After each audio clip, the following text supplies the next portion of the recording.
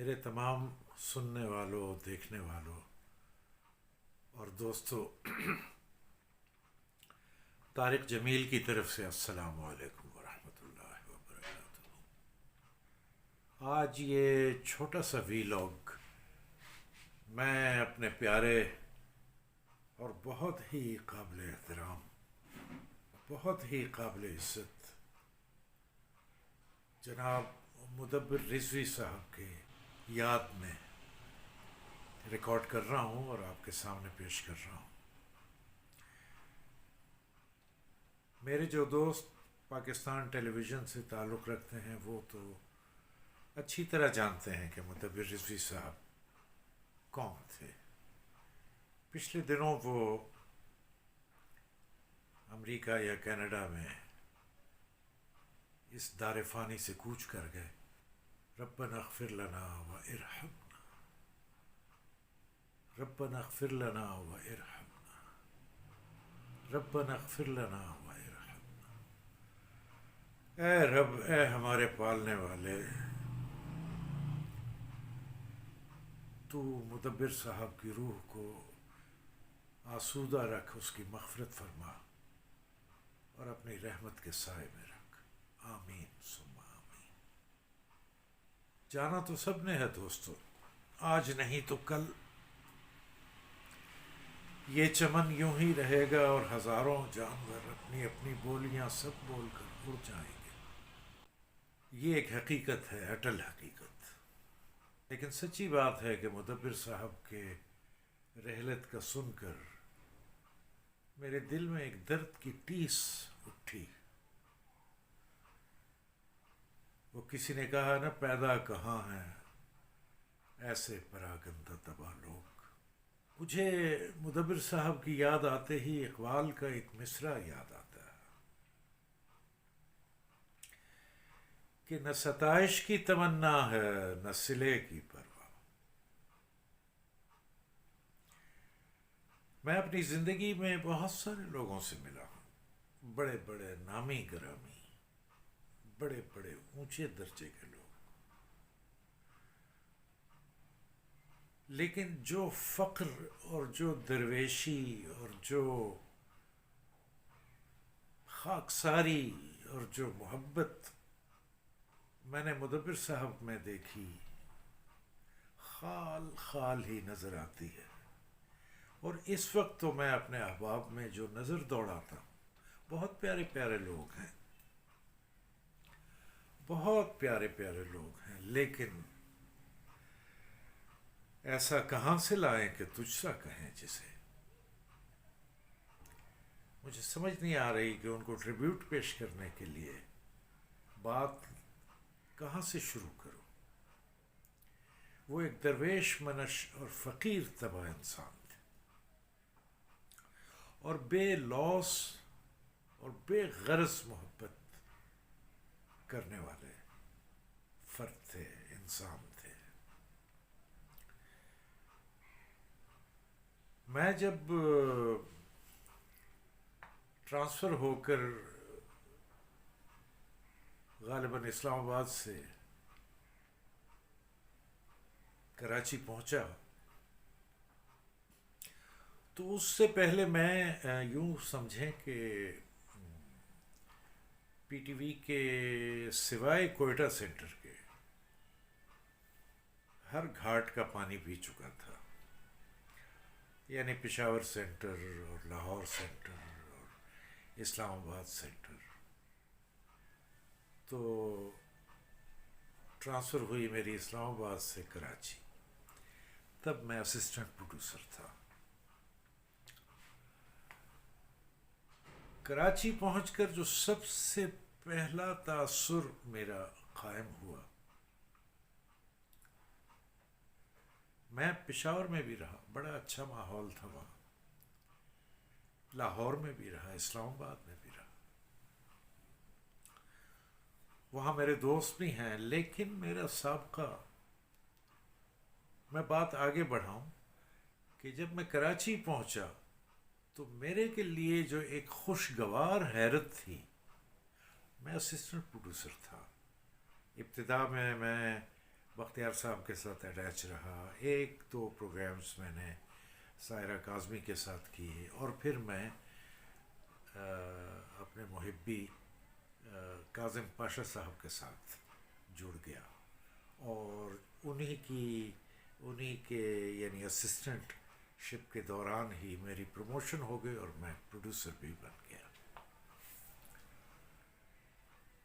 تو جو سب سے زیادہ خوشگوار حیرت مجھے کراچی میں ہوئی، اور یہ ذہن میں رکھیے کہ میں پشاور میں بھی رہا، لاہور میں بھی رہا، اسلام آباد میں بھی رہا، وہ ایک گھریلو ماحول جو سامنے آیا میرے، یوں جیسے گھر کے افراد ہوں سارے،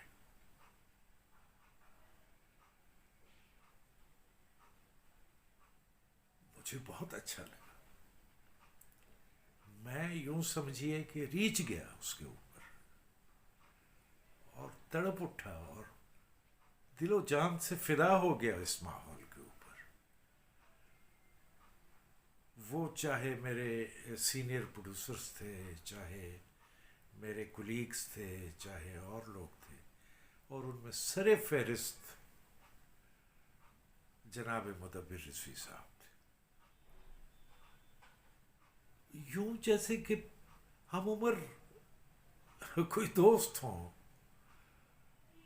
ان کے اندر نہ تو اس کرسی کا کوئی تمتراک تھا جہاں وہ ڈیوٹی سر انجام دے رہے تھے اسکرپٹ ایڈیٹر کی، نہ کوئی پرسنالٹی میں ایسی کوئی وہ اہتمام کرتے تھے کہ دوسرے پر کوئی روب ڈلے، نہ ان کے رویے میں کوئی ایسی بات تھی کہ آدمی یہ سوچے کہ یہ افسر ہیں اور یہ کچھ بھی ایکشن اپنے حوالے سے لے سکتے ہیں۔ لیکن ایک درویش منش، ایک فقیرانہ انداز، کتابوں سے اور علم سے حد درجہ عشق، غالباً کتاب کے حوالے سے ان کو یاد بھی نہیں رہتا تھا کہ ان کے کوئی اور رشتے بھی ہیں۔ ادبی گفتگو کر لیں، سوشل گفتگو کر لیں، کوئی بھی بات کر لیں، مدبر صاحب کا علم اور مدبر صاحب کی نالج آدمی اشش کر اٹھتا، اور کسی صورت یہ شائبہ نہ ہوتا کہ مدبر صاحب کو اس بات کا احساس ہے کہ ان کے پاس اتنا علم ہے۔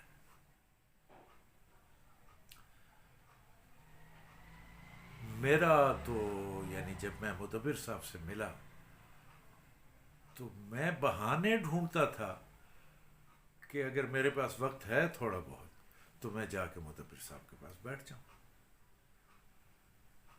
اب وہ یا تو پریویو کر رہے ہوتے، یا کوئی سنجیدہ کچھ احباب ان کے ساتھ موجود ہوتے۔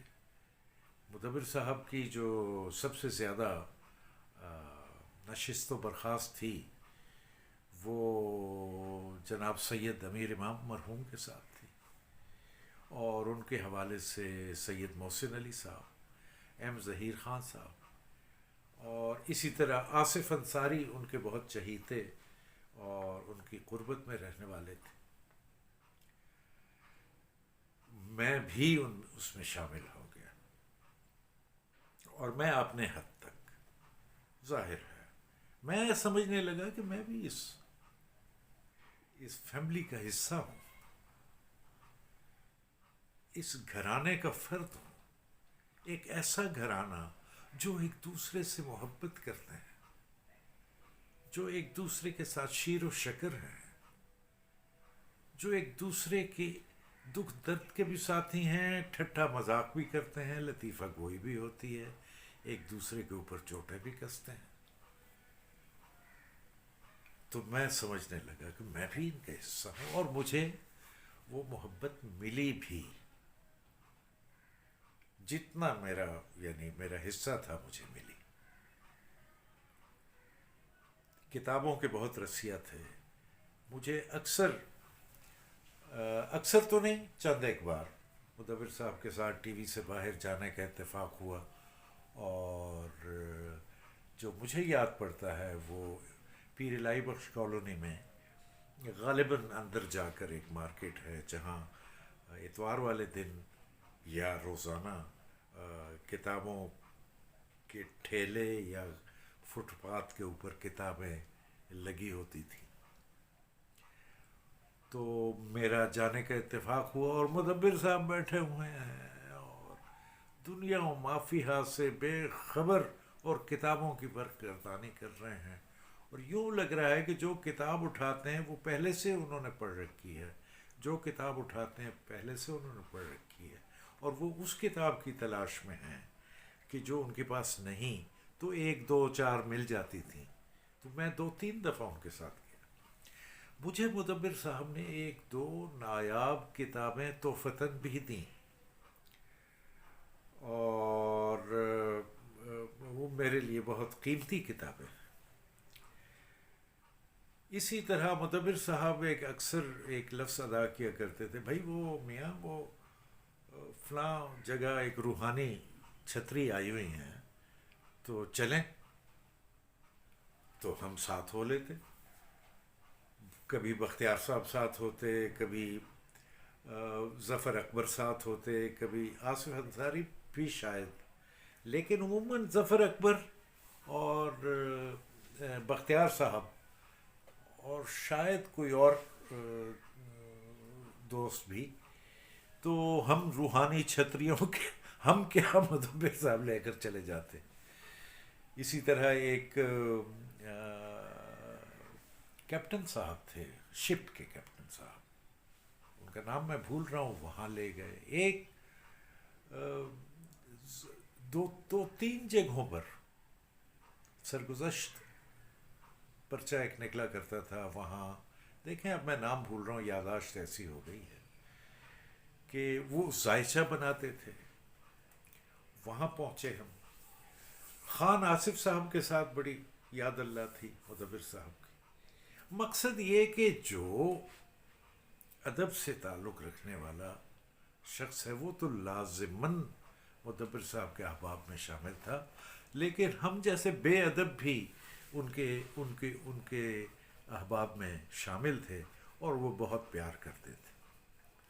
اچھا، قطعاً احساس نہیں ہوتا تھا کہ وہ پیار کر رہے ہیں، محبت کر رہے ہیں، عزت دے رہے ہیں. وہ یوں جیسے شیر و شکر ہو، اپنا ہم عمر، بالکل بے تکلف. مجھے آصف انصاری صاحب نے بتایا کہ مدبر صاحب کے گھر میں جو ان کا کمرہ ہے وہ ان کا نہیں بلکہ کتابوں کا کمرہ ہے.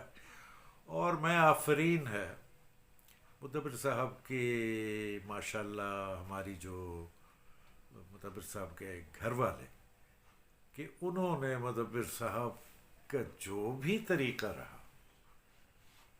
اس میں انہوں نے مدبر صاحب کو آزاد چھوڑا کہ جو جی چاہے کمرے میں کتابیں بھرتے ہیں، جب جی چاہے اٹھیں، جو چاہے کھائیں.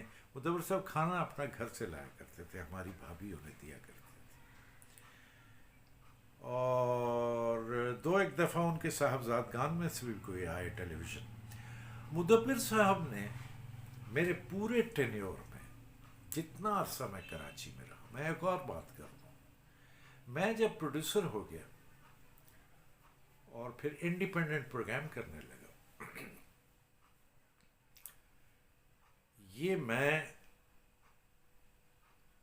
صدق دل سے کہہ رہا ہوں کہ میرے ہر پروگرام میں، پہلے پروگرام سے لے کر کراچی میں میرے قیام کے آخری پروگرام تک میرے ممد اور معاون رہے جناب سید مدبر رضوی صاحب مرحوم، اللہ مغفرت کرے. ہر قدم پر ان کی طرف سے کوئی یہ نہیں کہ بٹھا کر کوئی استادانہ طریقے سے کوئی مشورہ دے رہے ہیں یا بات سمجھا رہے ہیں، نہیں، باتوں میں، گفتگو میں، اسکرپٹ کے اوپر یوں کر لو میاں، یہ کر لو، اس طرح اچھا ہوگا، اور میں ان کی ہر بات کو مانتا۔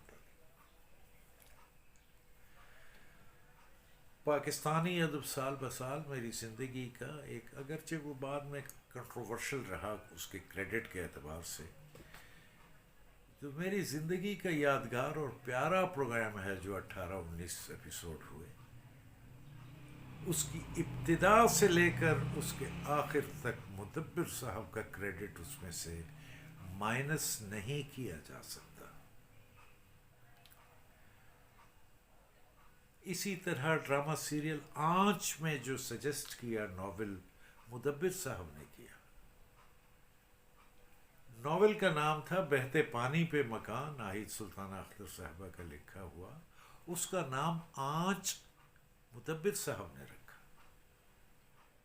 ایک اور پروگرام غزل کا سفر، اسی طرح ہفت آسمان، اگرچہ ہفت آسمان کا نام میں نے رکھا، اور لیکن جب یہ لانگ پلے مجھے کرنے کو کہا گیا تو حمید کاشمیری صاحب کی طرف مجھے مدبر صاحب نے ریفر کیا۔ کوئی ایک پروگرام نہیں، آصف انصاری صاحب ہمارے بھائی جو ہیں کولیگ، وہ ایک پروگرام جس کے وہ بانی مبانی ہیں، پی ٹی وی انسائکلوپیڈیا، وہ ایک وقت میں چھٹی پر گئے یا کہیں جانا ہوا تو اس عرصے میں وہ پروگرام مجھے ملا، اور میرے حصے میں اس وقت الف چل رہا تھا، اور اس میں ایک پروگرام جب حرف اللہ آیا، ہر پروگرام میں حرف کے اوپر جو کسی عنوان کے اوپر ہر پروگرام 4-5 الفاظ آ جایا کرتے تھے۔ جب اللہ آیا تو اسکرپٹ جب سامنے آیا تو وہ بھی اسی طرح ایک حصہ۔ میں نے مدبر صاحب سے کہا، مدبر بھائی یہ تو بڑا، مطلب یہ کہ تو کائنات ہی اللہ کی ہے، اب ہم یہ 2.5-3 منٹ اللہ کو دے کر یہ کون سا بڑا کارنامہ سر انجام دیں گے؟ میں کہا ہاں میاں یہ تو بالکل صحیح ہے کہ یہ تو پورا پروگرام ہونا چاہیے۔ اس میں مدبر صاحب اور ہمارے ظہیر خان صاحب کی محبت اور مہربانی سے اس پروگرام کو میں نے پھر 5 سینٹر پر گھوم کر وہاں سے چیدہ چیدہ اس کے کلپس لے کر میں آیا، اور جناب ہمارے مرحوم ایک ریسرچر تھے رائٹر انوار الحق صاحب، انہوں نے اسے لکھا، اور وہ میں سمجھتا ہوں بہت یادگار ایک پی ٹی وی انسائکلوپیڈیا کا پروگرام تھا، اللہ کے نام پر، کہیں دستیاب ہو تو آپ دیکھیے۔ کہنے کا مطلب یہ ہے کہ میرے کریڈٹ پر جو کچھ بھی ہے، کراچی قیام کے دوران کا جتنا عرصہ میں نے کراچی میں کام کیا، اس دوران میں میرے کریڈٹ پر جو کچھ بھی ہے اس میں پورا پورا حصہ مدبر صاحب کا۔ اور مدبر صاحب، میں نے آپ کو پہلے شعر سنا ہے نا، ستائش کی تمنا نہ صلے کی پرواہ، یہ ان کی شخصیت تھی۔ اس مصرے میں مدبر صاحب کی پوری شخصیت آ جاتی، نہ کبھی انہیں ستائش کی تمنا رہی، نہ کبھی کسی صلے کی پرواہ رہی۔ باقی دوست جس میں بھی شامل ہوں، ہر ایک شاکی رہا، کبھی نہ کبھی کسی نہ کسی موقع پر اپنی ملازمت کے دوران، کبھی ادارے سے شکایت، کبھی کسی شخص سے شکایت، کبھی اس سے شکایت، کبھی اس سے شکایت، بشمول میرے کہ مجھے یہ حق نہیں ملا، یہ میرا حق تھا، یہ میرے ساتھ زیادتی ہو گئی، یہ زیادتی نہیں ہونی چاہیے تھی۔ لیکن مدبر صاحب کے منہ سے میں نے کبھی نہیں سنا کہ انہوں نے کوئی شکایت کی ہو، کوئی شکایت نہیں۔ کھانے پینے کا بھی شوق رکھتے تھے، اچھا کھانا کھانا، اور پھر اس کی تعریف کرنا۔ ان کے احباب میں کئی دوست ایسے بھی تھے جو یعنی خوراک کو پسند کرتے تھے، ان کا ادب سے کوئی تعلق نہیں تھا۔ ان کے احباب میں خوراکی لوگ بھی تھے. ان کے احباب میں یعنی ایک وہ جو ہوتی ہے نا مجلسی شخصیت، یہ لفظ ان کے اوپر بہت مجلسی شخصیت. اور ان کی محفل یعنی اگر کہیں امیر امام صاحب بیٹھے ہوئے ہیں، محسن علی صاحب بیٹھے ہوئے ہیں، ظہیر خان صاحب بیٹھے ہوئے ہیں، ان کی ایک سمجھیں کہ تگڑم کہہ لیں، بیچ میں بختیار صاحب بھی بیٹھے ہوئے ہیں، تو چاروں کے چاروں کا مشترکہ یہ ہوتا تھا کہ بھائی مدبر کہاں ہیں، مدبر کہاں رہ گئے، ان کو بلائیے. ان کو مس کرتے تھے. کیا کیا تعریف کروں، کیا کیا تعریف کروں. آپ سے میں نے پہلے کہا نا کہ کراچی میں ایک جو سب سے پہلا خوشگوار احساس، خوشگوار حیرت ہوئی مجھے، وہ وہاں کا ماحول تھا گھریلو. میں اس میں دخل در معقولات کہہ لیں کچھ عرصہ تو میں وہ مجھے برداشت کرتے رہے اپنے گھر میں، لیکن پھر مجھے لگا کہ شاید میں اس گھر کا نہیں. پاکستان کے باقی سینٹرز پر جس طرح میرے تجربے میں رہا، اس میں کوئٹہ بھی شامل ہو گیا، تو جو میرا ایکسپیرینس ہے کہ میرا دوستیاں اپنی جگہ پر، لیکن جو میرا واسطہ پڑتا رہا افسران سے واسطہ پڑتا رہا. اگر کسی افسر سے واسطہ نہیں پڑا تو کراچی میں نہیں پڑا. کراچی میں دوستوں سے واسطہ پڑتا رہا. یہ میں دل کی بات کر رہا ہوں، سچی اور حقیقی بات کر رہا ہوں.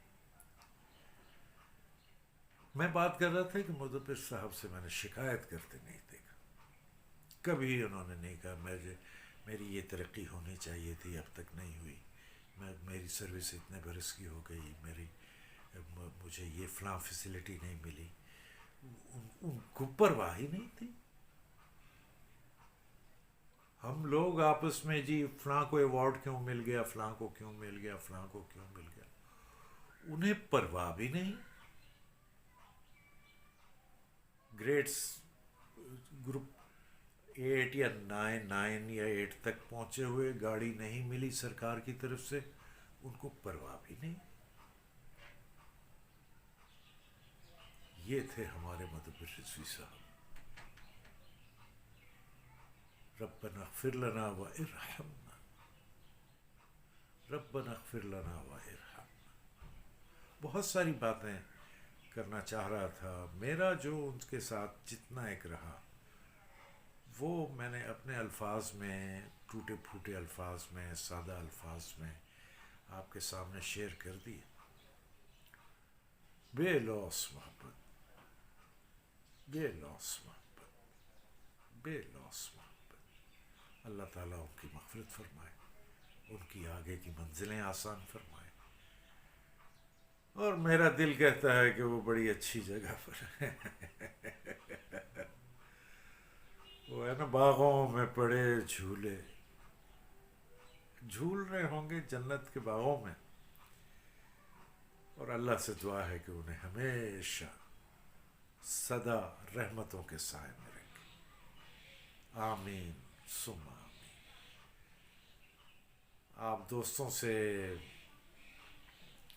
جو مدبر صاحب کو نہیں جانتے تھے، پتہ نہیں انہوں نے اس میری گفتگو کو انجوائے کیا یا لیا یا نہیں، لیکن یقیناً پی ٹی وی سے متعلق لوگوں کے لیے یہ مدبر رضوی صاحب کی شخصیت کوئی اجنبی شخصیت نہیں. والسلام علیکم ورحمۃ اللہ وبرکاتہ. پروگرام دیکھتے رہیے.